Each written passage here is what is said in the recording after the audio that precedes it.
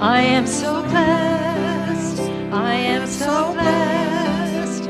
I am so grateful for all that I have. I am so blessed. I am so blessed. I am so grateful.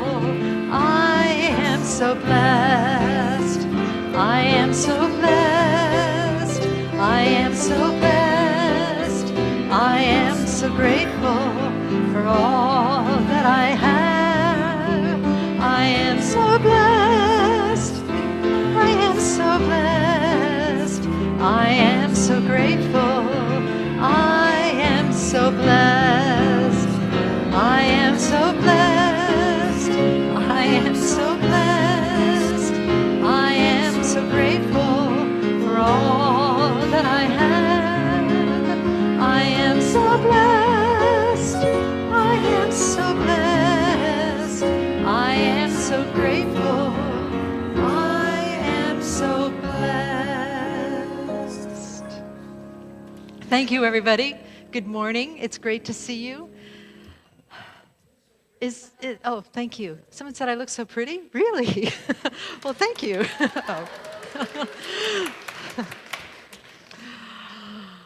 Okay, I'm done. No, it's good. I'm all flustered. Is there a horse and a donkey in the lobby yet? Okay, good, good. I feel better now. They should be, they should be coming in because this isn't going to take very long. Jennifer, can you just check on the horse and the donkey, make sure they're, yeah, you know, okay. There's some animal coercion going on, but don't tell anybody. Anyway, welcome to the Ventura Center for Spiritual Living. I am Bonnie Rose. I'm one of the ministers here. It's great to see you all. Happy Easter, happy Passover, whatever it is you celebrate. It's so great to see you here celebrating with us. Thank you. All right, where is my clicker? Okay, I'm gonna need that later on, y'all. Okay, so the flower dedication. Everything is on our website, www.venturacsl.org, and we also have ambassadors standing by, ready to help you if you have any questions whatsoever. Let's move to the flower dedication slide. Today's flowers are dedicated to Dave and Jonna.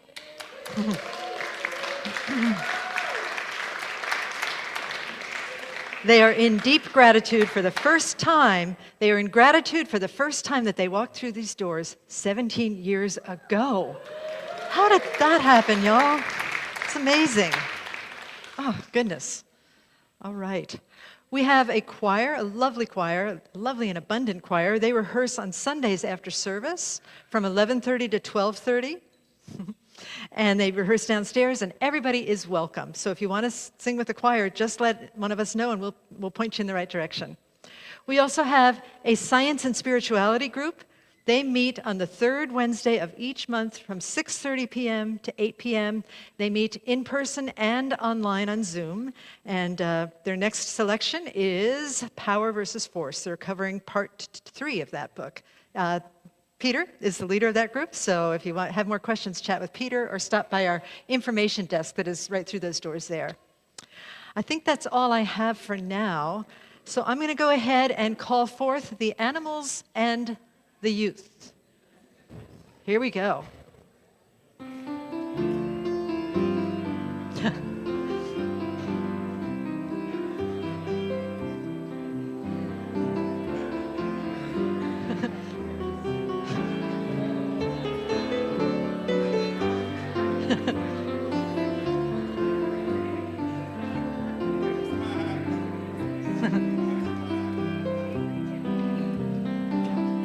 Good job.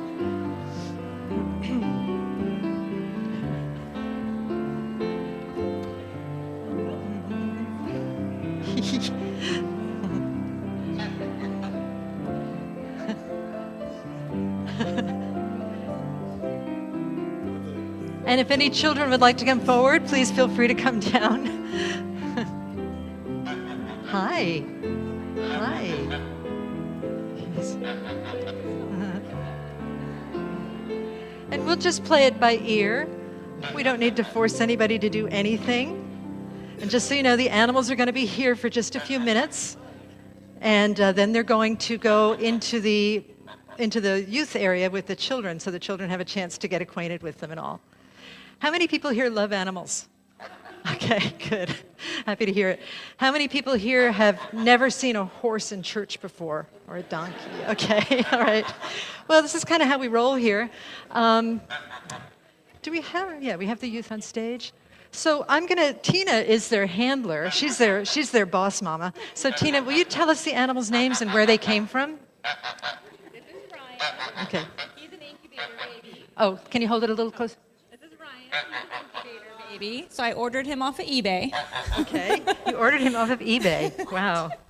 And Blueberry and Valentina were both gifted to us. Aw. So we got them as gifts from folks that retired them. So That's they so got sweet. to live with us. Thank you, thank you. And before you surrender the mic, tell us Ryan's full name and how the real person who has that name feels about it. So baby geese are called goslings. So of course I couldn't pass up the opportunity to name him Ryan. So Ryan Gosling. And the real Ryan Gosling knows he exists. So they got to meet. Oh, that's great.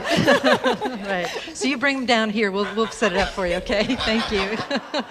Thank you. Ryan is very chatty. He always has a lot to say.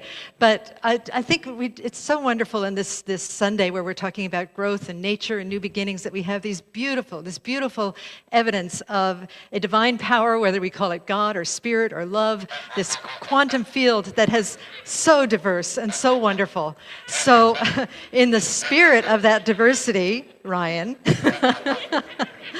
would you please repeat after me? We love you. We love you. We bless you. We bless you. We believe in you. We believe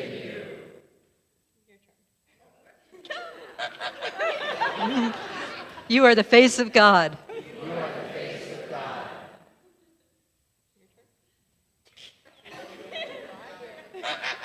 Okay. And so it is. Let's sing together. You are the face of God. I hold you in my heart. You are a part of me.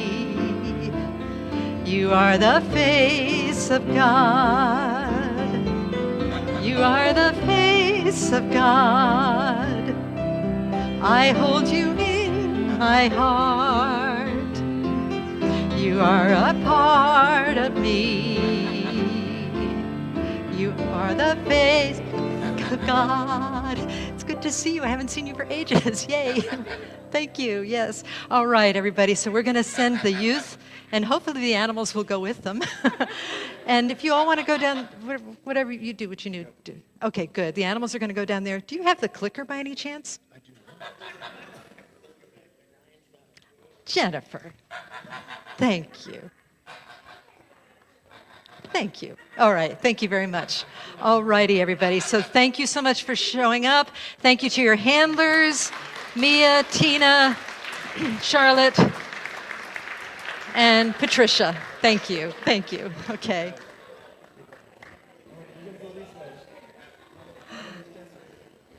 Okay. Yeah, sure. Thank you. All right.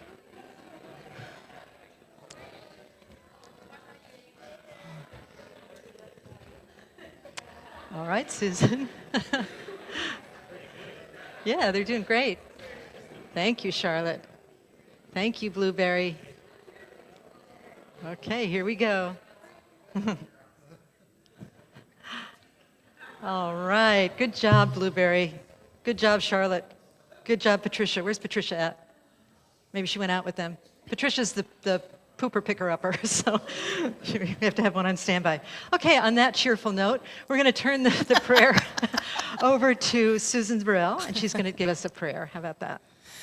So as the practitioners and ministers stand in agreement already for what is transpiring today, the joy, the frivolity, the amazing blessings that just undulate with every gosling. knowing that the divine gift of love is ours today, knowing that the infinite presence of light, that Christ consciousness is radiating and dropping into each and every one of us this day and every day, that golden ray of consciousness that enlivens us, lives our lives, and then radiates out from us as each of us are committed in heart and mind to being love, serving love, and doing it with the kindness of Fred Rogers. So knowing that this is true, I say thank you. Thank you with an overflowing heart of love and gratitude for this life, our lives together, and our lives as we lead from that light, that love that we are, into the new beginning, the new world that we are experiencing right here today. Knowing it's true, knowing it's so, I accept it within my heart with every cell of my being, for myself and for everyone on this planet. And so I simply release my word into that law of love that has already said yes, and together we say, And so it is. And so it is. And so we allow it to be Susan's beautiful, heartfelt prayers. We allow our hearts to soften even more and be fully present here in this abundant sanctuary, filled with love, filled with feathers, filled with all kinds of beautiful beings. All of us here to celebrate new life, growth, rebirth. All of it is such a part of the fabric of existence. And today, as we are together, we remember that. We know it. We know it deeply, and we embody it deeply. And so we'll sing together, I am remembering who I am, knowing that we are remembering something that is unknowable, the nature of life, the power and the presence of the living one that lives through each of us. We remember it for ourselves, but we also remember it for the entire cosmos, for all beings everywhere, for those that we call animate or sentient, for those that we call inanimate, for every grain of sand, for every drop of stardust. We remember the truth of this thing called existence. Together we sing, I am remembering who I am. I am remembering who I am. I am remembering who I am. I am remembering.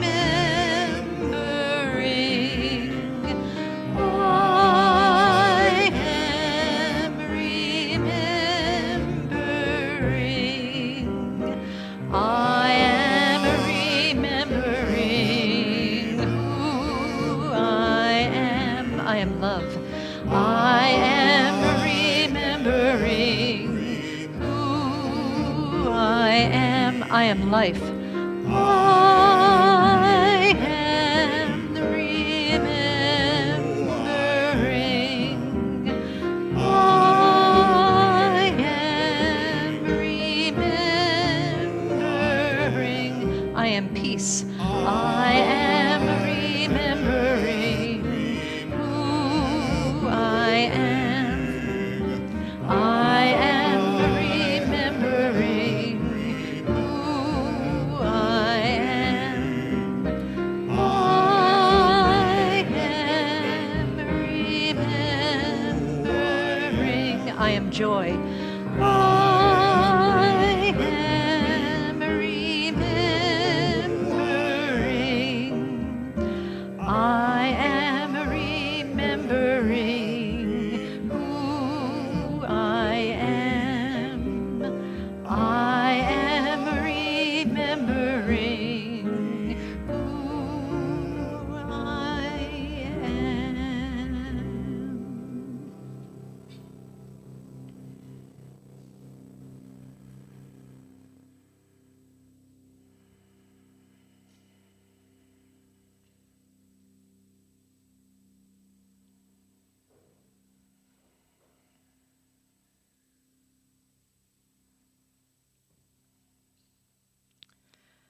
Dwelling in that place of divine peace and remembrance, let us breathe in deeply And then exhale, gently opening our eyes as love, in love, and in service to what is, as it is. And so it is. Namaste. Thank you.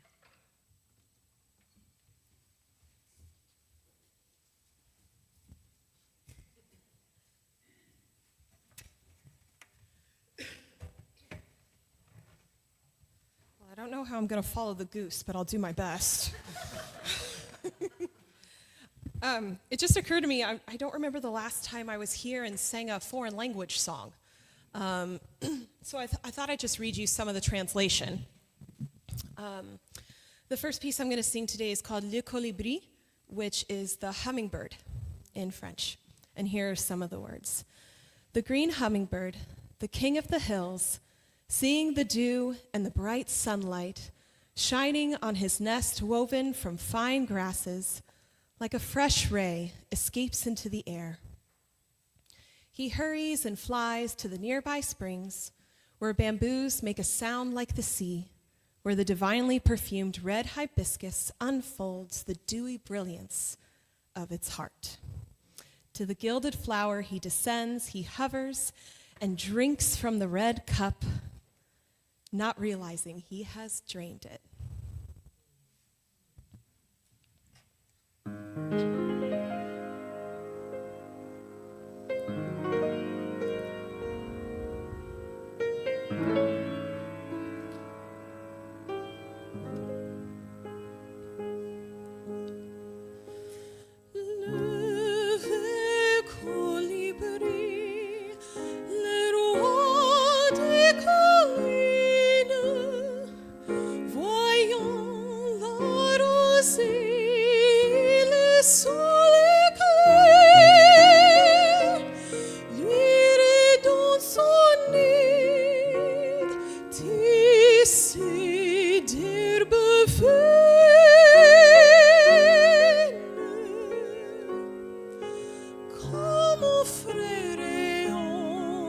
S'échapper dans l'air, il se hâte et volant sur ce voisine,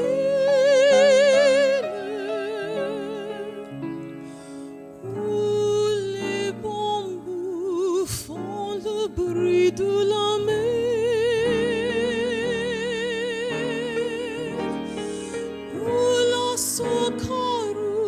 Gens de divine s'ouvre et porte que en aimé d'éclair fait la fleur dorée, il descend.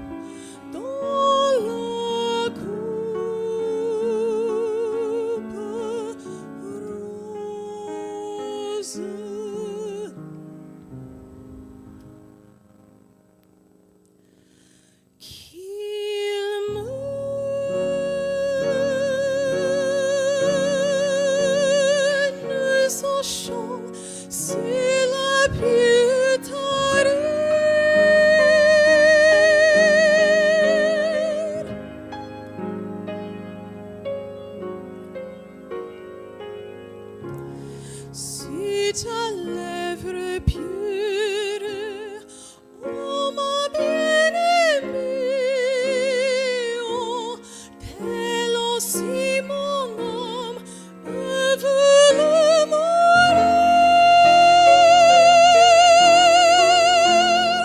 De premiers baisers qui l'a parfumé.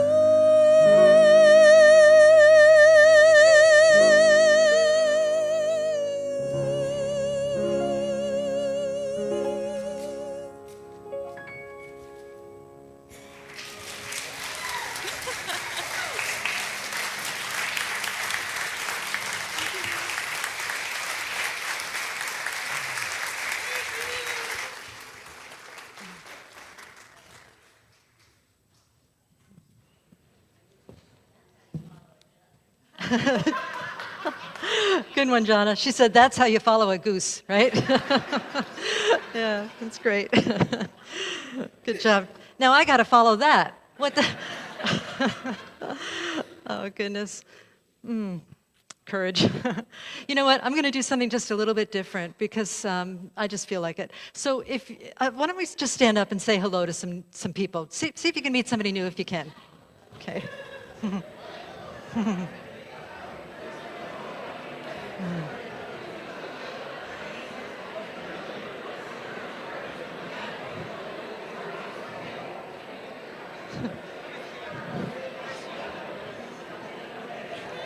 Hi. I may need you to play. I may need you to play to get him back. Okay, just play. I may need you to play like a little hymn or something just to get him back. Oh, to get Yeah. We'll see.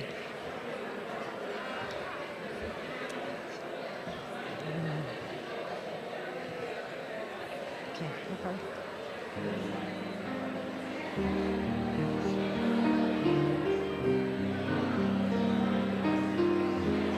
All right, coming back now. Yes, here we go. This is working well, yeah.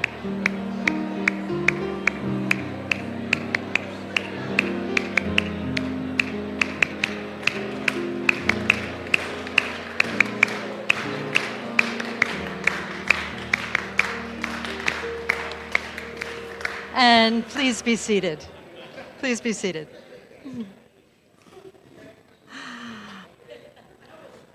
Was that fun?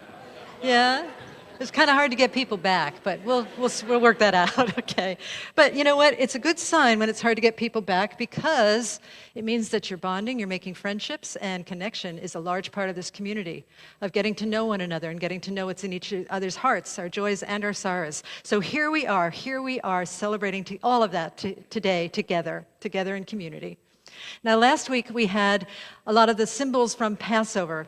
Our beautiful Jonna spoke a lot about the symbols of Passover. And this week, it's Easter Sunday, which we're talking about some of the symbols in Christianity and Easter. But really, I want to let you know that, in case you don't know this already, that Easter is really an every person tale. It belongs to everybody. There are a lot of symbols in it. And whether you're Christian or not Christian, Easter, or the symbols of Easter, death and resurrection, belong to all of us. Resurrection is everywhere. For example, how many of you believe in flowers? You believe in flowers. Hallelujah. Praise God. And a flower has to get out of the tomb of the seed in order to grow, right? How many of you believe in butterflies? Again, amen. I'm getting my preacher on here, okay? Butterflies, a caterpillar goes into a chrysalis, it dissolves, it goes into the tomb, and then it springs forth as something entirely new. How many of you believe in geese? I believe in geese. I believe in geese. Ryan didn't come out of his mother's you-know-what that way. He just showed up in an egg first, right? Showed up as an egg first, and the egg is like a tomb, and the little goose or whatever, swan, what else? Chicken, pecks his little way out of the tomb of the egg and turns into something magnificent. And the thing is that that's true for all of us. We are constantly letting go of the old and moving into that place of darkness to transcend and emerge as something brand new.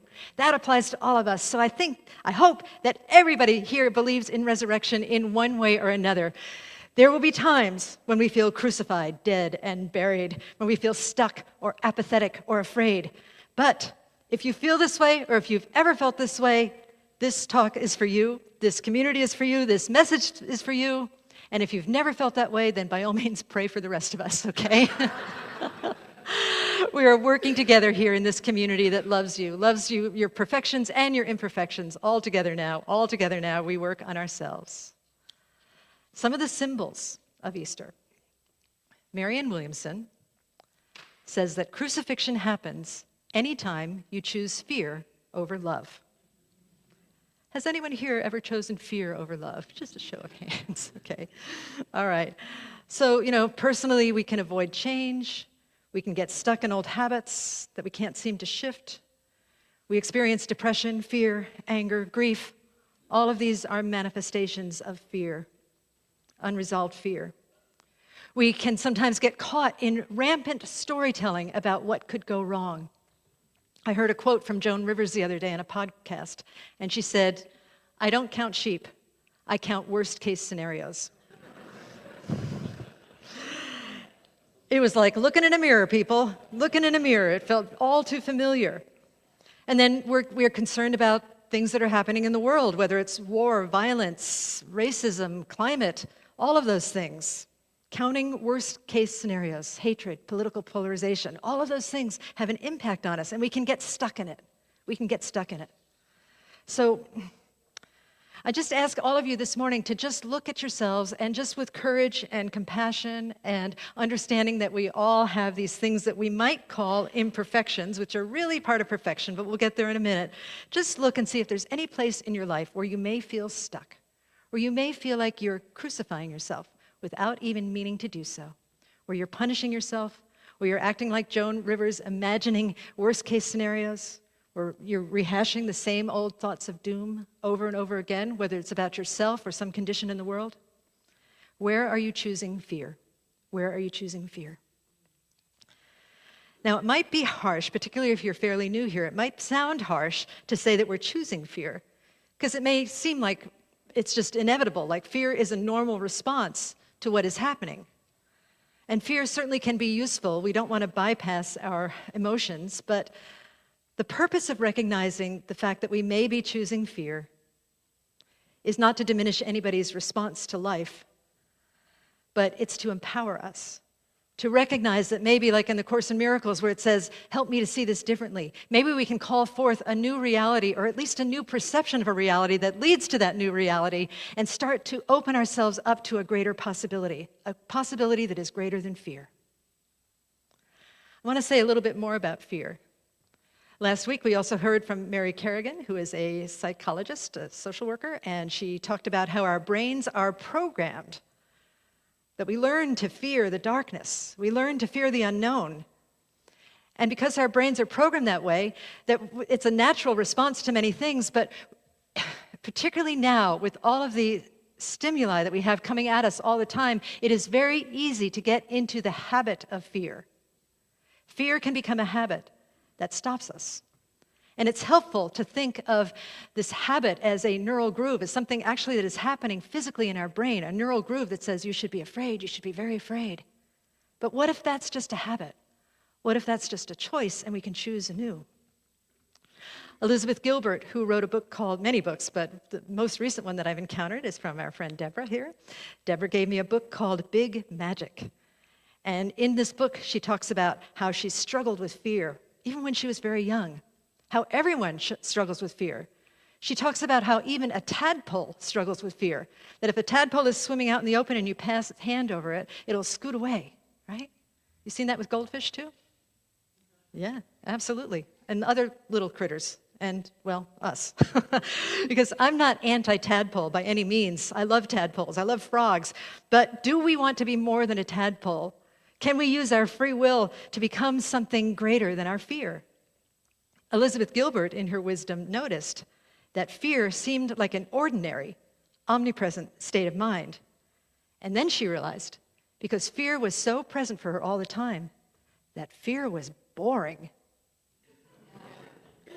You say that after me. Fear is boring. Oh, you didn't mean it, y'all. Say it again. Fear is boring. Fear is boring. Good job. And now, like, pretend you're one of the Three Stooges is going, me, like it puts you to sleep. Everybody, me. Oh, y'all, I love making you do stuff that you would normally do. It's so much fun. Thank you for entertaining me. So fear is boring. It lulls us into this false state of not sleepfulness, but just the state of thinking that this is the only way it is. This is the only way it is. But the message of fear lulls us into that state of saying, stop, stop, stop. Don't do anything new. Don't go into the tomb. Don't come out of the tomb. Just stop, stop, stop. Don't follow your dreams. Stop, stop, stop. Don't quote me out of context. Stop, stop, stop. Fear says stop, stop, stop. But the message of love is grow, grow, grow. That message of growth is all around us. It is everywhere. It is in all those things I mentioned at the beginning of the service, the butterflies, the flowers, the geese, the chickens, the eggs, all of that. All of that. Growth is our natural purpose. And just think about how thrilling it is to plant something and watch it grow. Perhaps the divine feels the same thing about us. If the divine has feelings, I don't know. But when we are planted here on the planet Earth, we feel good when we grow, when we expand, when we live infinitely. We want to refrain from living quiet lives of desperation and move into that infinite state of growth and possibility. So I invite all of you to consider that story that you may be telling yourself, that story of fear that is saying, stop, stop, stop, and see if you can just move into it a little bit deeper and say, is there another possibility here? Is there another way for me to think about this? Is there another way that I can move from stop, stop, stop to grow, grow, grow? But first, before growth, there often comes rest. And that is entering the tomb. So what is the tomb? The tomb is symbolically a place of turning within, deep contemplation. It is a combination of rest and wrestling. The tomb holds infinite potential for fear to become love, for stop, stop, stop to become grow, grow, grow. The tomb is not a tomb, it is a womb. It is an incubator for growth and nourishment.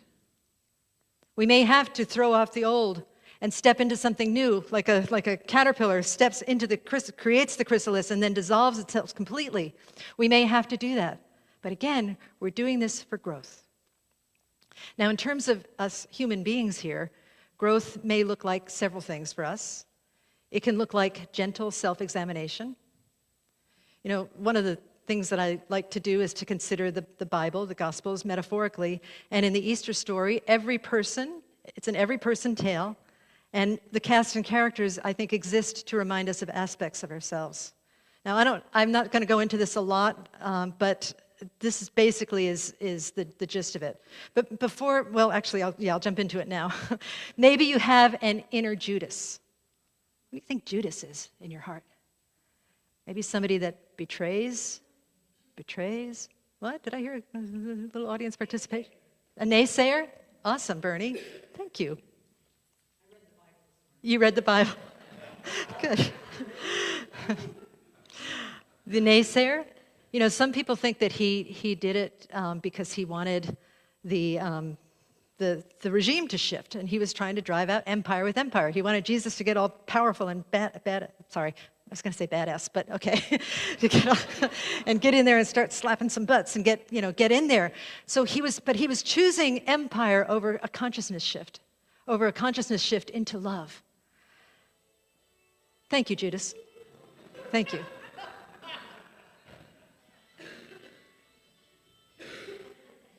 Thank you. Okay, and so it is.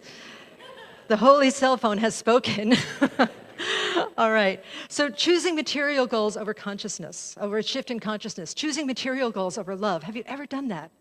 Have you ever said, well, this will be lucrative for me, so I'm not going to do this thing that I really want to do. I'm not going to do this thing that feels right, but I'm going to do this thing that is going to make a change on the outer versus changing in the inner. Okay? There's that. Then there's Pontius Pilate. Pontius Pilate seemed to be indecisive to me, and he seemed unable to respect his own conscience and move forward with the right thing to do. Is anybody here indecisive? A little show of hands, right? You don't have to be shy. Okay, little show of hands, yeah. So I know that when I hear the gospel story read to me, I identify most with Pontius Pilate. It is really hard to be decisive sometimes, isn't it? You know? I mean, a really trivial example is sitting down every Saturday to write a talk. I'm like, dang it. Said all that already. And the blank page is looking at me like a tomb that I have to step into. But there are many more vaster, more prominent examples than that. But you look for your own. Where might you be indecisive and unwilling to allow the universe to give you the right answer? Can we open ourselves to allow the universe to guide us to the right thing to do, the right thing for your own conscience and for your own life, and then move forward? Peter is the great denier. He denies the Christ 3 times. Now, in this spiritual center, we think that we believe that Christ is a name for everything, that Christ is the wholeness that we all are. Christ is the beauty and the power and the love that we came in here with. So Peter denies that aspect, denies the beauty and the power of himself. Has anybody here ever denied their own power, their own beauty, their own grace? Oh, I see hands going up. Yeah, awesome. Me too. Their own purpose. That's the Peter principle in us. Okay. And then a Pharisee. Pharisees were the ruling spiritual class, and I think that they are the rule followers, that they follow the law to the letter versus the spirit. That was part of the power of Jesus, is that he moved past the letter of the law into the spirit of the law, such as healing on a Sunday when they weren't supposed to be doing healing, right? So if there a place in you that is succumbing to old rules, maybe I don't know, rules that are known to everybody, but more importantly, the rules that you were taught as a young person, are you saying that these rules are the hard and fast fact, and maybe there's another set of rules waiting for you, waiting to emerge in beauty and power and love so that you can be that thing that you came to be, right? Now, one of the great things about the tomb, too, is that we can wrestle with these things, but we wrestle with them with love. There is a part in the gospel story that talks about the harrowing of hell. I think it's in one of the creeds, actually. And he talks about the harrowing of hell where Jesus descends into hell, right? And like, wow, what did he do? Why does he have to go to hell, right? Well, the truth is, I see David lying at me, or smiling at me, rather, because I may be lying here, because I didn't prepare to talk about this, but somebody asked if I would talk about the harrowing of hell today, or asked me if I was going to, but the harrowing of hell is Jesus descending into the darkness and looking at all of the flaws of humanity, flaws of himself, whatever, and greeting it all with love. With love.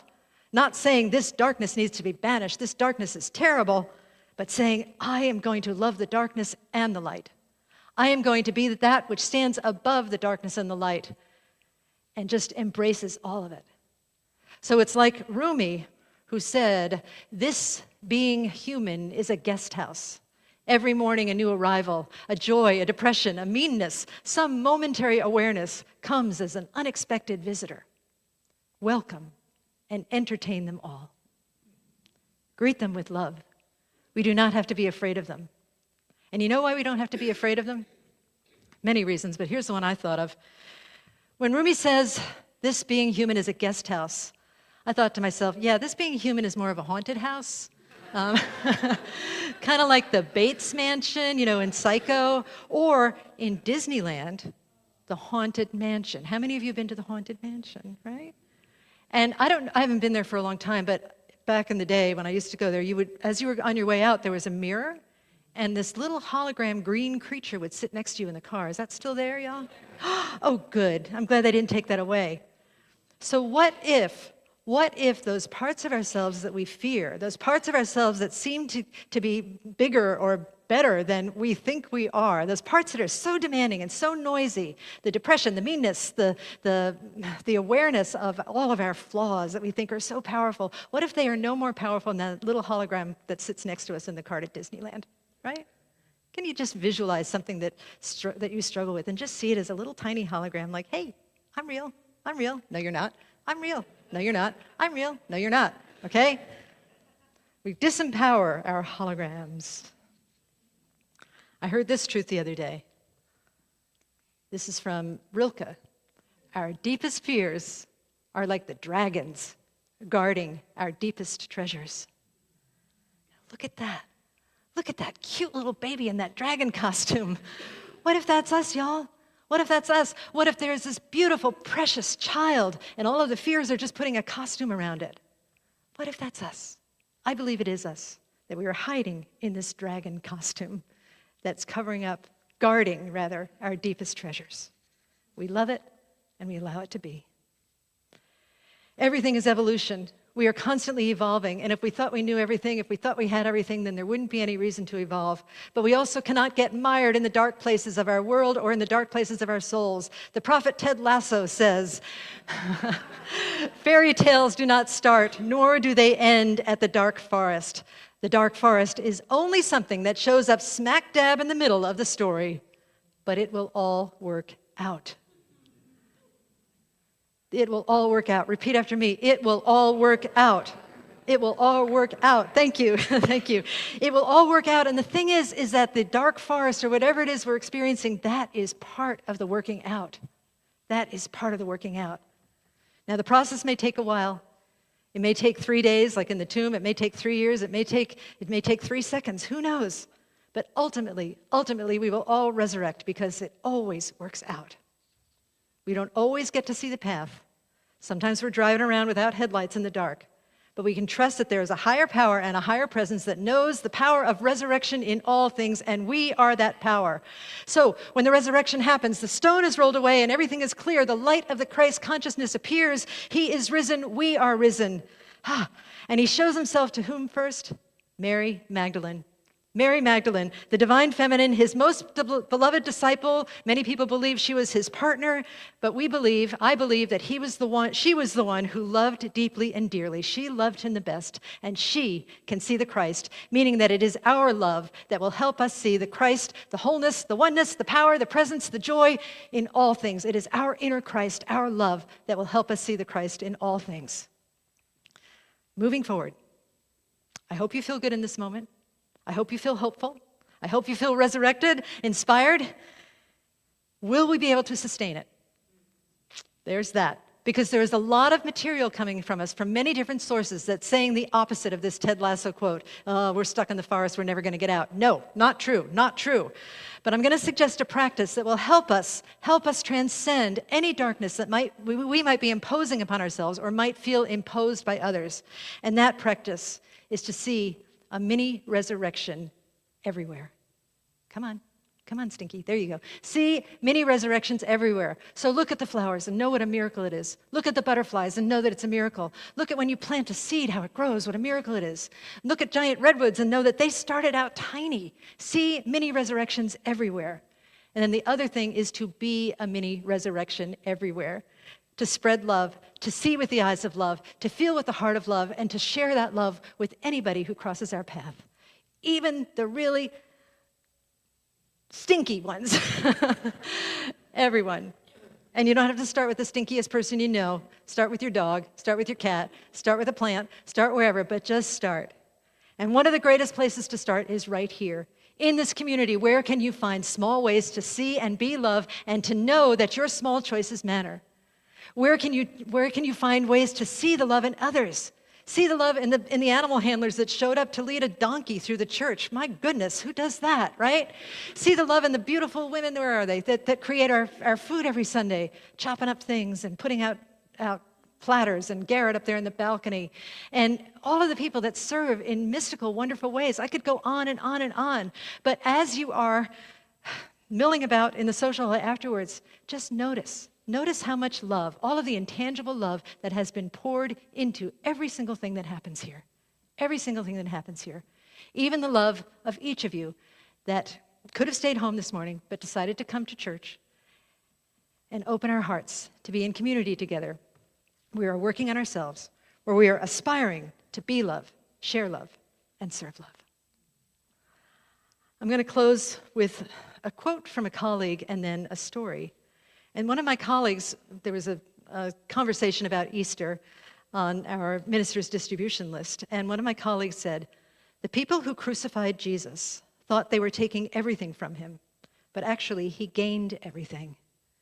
And this is a story from Vedanta Ramakrishna, edited by a Christian monk. And it says this: "A salt doll journeyed for thousands of miles over land until she finally came to the sea. She was fascinated by this strange moving mass, quite unlike anything she had ever seen before. 'Who are you?' the salt doll said to the sea. The sea smilingly replied, 'Come in and see.' So the salt doll waded in. The farther she walked into the sea, the more she dissolved until there was very little of her left. Before that last bit dissolved, the doll exclaimed with wonder, 'Now I know what I am.' Now we know who we are. We are the resurrection. We are infinite. We are part of this beautiful, beautiful body that we call life. We are part of the power and the presence of the One, the beauty and the truth and the gorgeous nature of everything. This is who we are. We are all connected, learning in community, learning to work on ourselves, learning to work on our relationships so that we create this field of emergence where something magnificent can emerge. Will you be that emergence today? Will you be that person who chooses love over fear? If you are that person, will you please, oh, I forgot the slide is in there. Please take my class. I'm teaching a class in peace coming up. It's a 5-week class, and it's on Thursdays. You just read the information in there. But anyway, part of how we cultivate love is to cultivate inner peace. And we are talking in this class, quoting Gandhi, to the extent that I have represented love in my life, in thought, word, and deed, I have realized the peace that passes understanding. So we recognize that love and peace are intrinsically intertwined. Love and peace are one. We remember who we are. We remember who we are, and when we remember who we are, when we remember the love that we are, we choose love, and when we choose love, we remember who we are. Don't you love that? You love that Mobius strip going on there? I'm going to say it one more time. When we remember who we are, when we remember we choose love, when we choose love, we remember. You can start anywhere. Let's start today. Please say with me, today I choose love. Today I choose love. And so it is. Happy Easter, y'all. Thank you. Thank you. Thank you.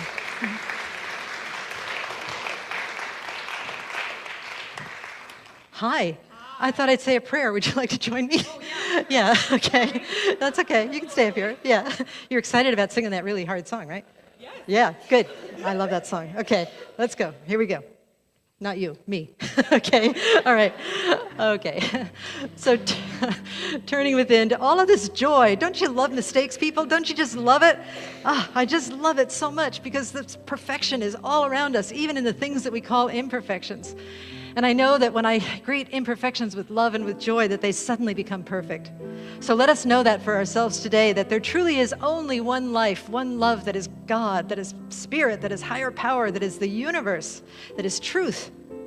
And all of this truth takes on many, many different faces, but we know it as it speaks to us in our own unique and wonderful way. We are the individuation of that truth. So I breathe into the realization of that right now, knowing that the truth is here with each of us. The truth of love and grace and goodness. The truth of perfection and imperfection, all is one, mingled together, and we are that place that rises above all of it through resurrection, through the application of this deeper knowing, through descent and ascent. We know the truth that sets us free. And so today we are free. We are free from burdens. We are free from fears. We are free from difficulties. We are free from blame, shame, and regret. We simply know and embody that deep, deep truth of the oneness of all beings everywhere, the Christ consciousness. And we know this with power. We know that it's transformative. We know that we can relax and let go and let Spirit do its perfect work through us. And we rest and shine our lights brightly as the resurrection, the life, and the truth of God's power expressing through us. And so I am grateful for this, so grateful for this, grateful for the transformation I know that is occurring here today. I bless all paths to God, churches, synagogues, temples, mosques, ashrams, fundamentalists, atheists, all beings everywhere. Every being is a blessing. Every being is part of this picture, this puzzle that we call life. And with a heart so filled with gratitude, I say, thank you, Spirit, thank you, love, and I release these words into the divine mystery. And together we say, and so it is. Namaste. Let's give Kayla some pre-song love. There you go. There you go.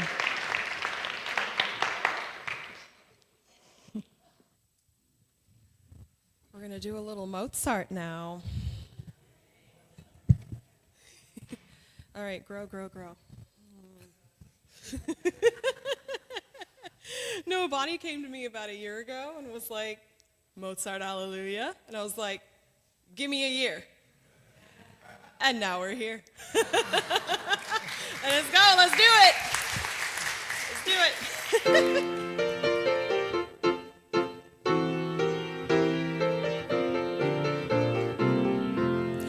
Alleluia.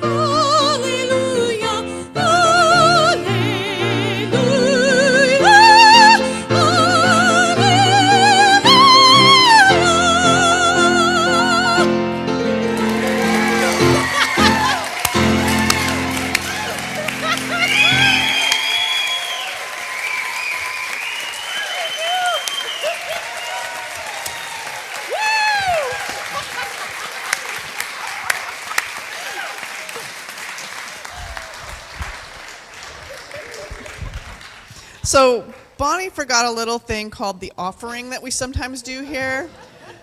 And I'm glad she did, because then we were all able to just completely focus on that. Was amazing. That was so amazing. But you can't escape without doing it. So, Well, I actually thought about singing the offering, but I know better now. Thank you. What a beautiful day. And I think it's like a reinventing community, resurrecting community, and it's so beautiful to see everyone here today. So thank you. And in this time of love and offering, I just invite you to do the offering prayer with me. We trust in spirit. Love is the giver and receiver of all that we are. We offer these gifts. They are an outer expression of our inner abundance and compassion. Our gifts bless many and return to us multiplied in miraculous ways so that we may give again. And so it is. and now I'll just do the announcements while we're doing the offering. That's kind of worked out really well. It gives you all something to do while I'm up here chatting. So, I have the clicker. So just a few closing announcements. Everything I'm going to say is on our website, www.venturacsl.org. Also on the website, you can sign up for our weekly newsletter that goes out on Fridays. So everything I'm going to say is in the newsletter too. We are bidding today for our Gourmets for God parties. So there's a ton of parties in there. There's open bidding. The bidding goes through April 26th. So you have a few weeks, but it's sometimes fun to go in there and know what you're going to want to bid on. And if you don't know what Gourmets for God is, find somebody with a stole and they will explain it to you and get you all filled in, because don't want to miss out on this year's Gourmets for God. Next week we have the guest speaker, Michael Ezelon, is going to be here. He is a chaplain, and his talks are always really, really heartfelt and informative, and he's really just a great speaker. And so make sure you come next week for Michael Ezelon. All right, and Reverend Bonnie talked about her class. So if you would like to sign up today for her class, there's sign-up sheets in the social hall right through these doors at the concierge desk. And then we also have hospitality through these doors. So if you would like some treats, we have coffee and tea and some snacks. We have the Gourmets for God bidding. We have the bookstore. We have the concierge desk. We have people in stoles running around if you want to have any questions. So there's a lot happening in there. So go ahead and if you haven't checked it out, go check it out. It's a lot of fun in there. And if you want to bring anything in the future for the social hall, please do. And our volunteers put everything out. And I think and if you want to volunteer, this should not be like this. I messed up my PowerPoint. Oh, I'm so sorry. Oh, boy.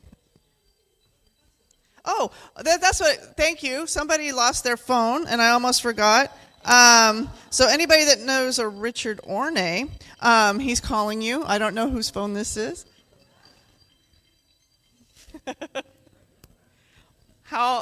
And it found its way back. Yay! Your phone was resurrected. Perfect timing. So if you would like to have anything anchored, anything that came up during the service, we have prayer with practitioners. The practitioners will be down here in the front of the room. So please come and pray with the practitioners. They love to do it, and it really helps move through and anything that might be coming up for you. And I think that's all I have. I do. So if we'll all stand, we'll do our closing affirmation.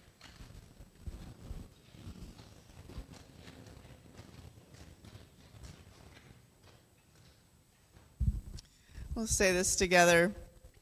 I am held in Spirit's holiness, divinely guided by wisdom, courage, and love. I am always connected. I am love. I share love.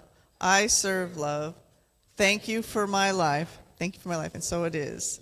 I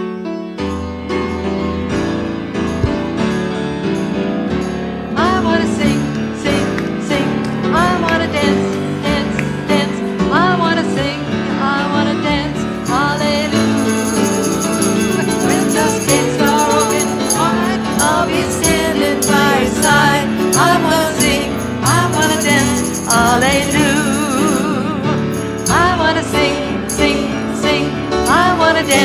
dance, dance.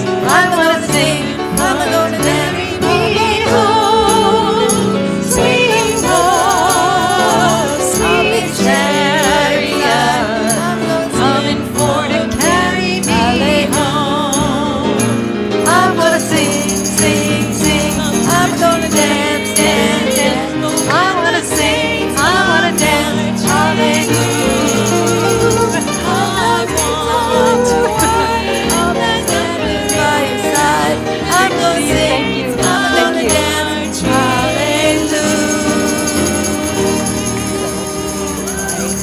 Hallelujah.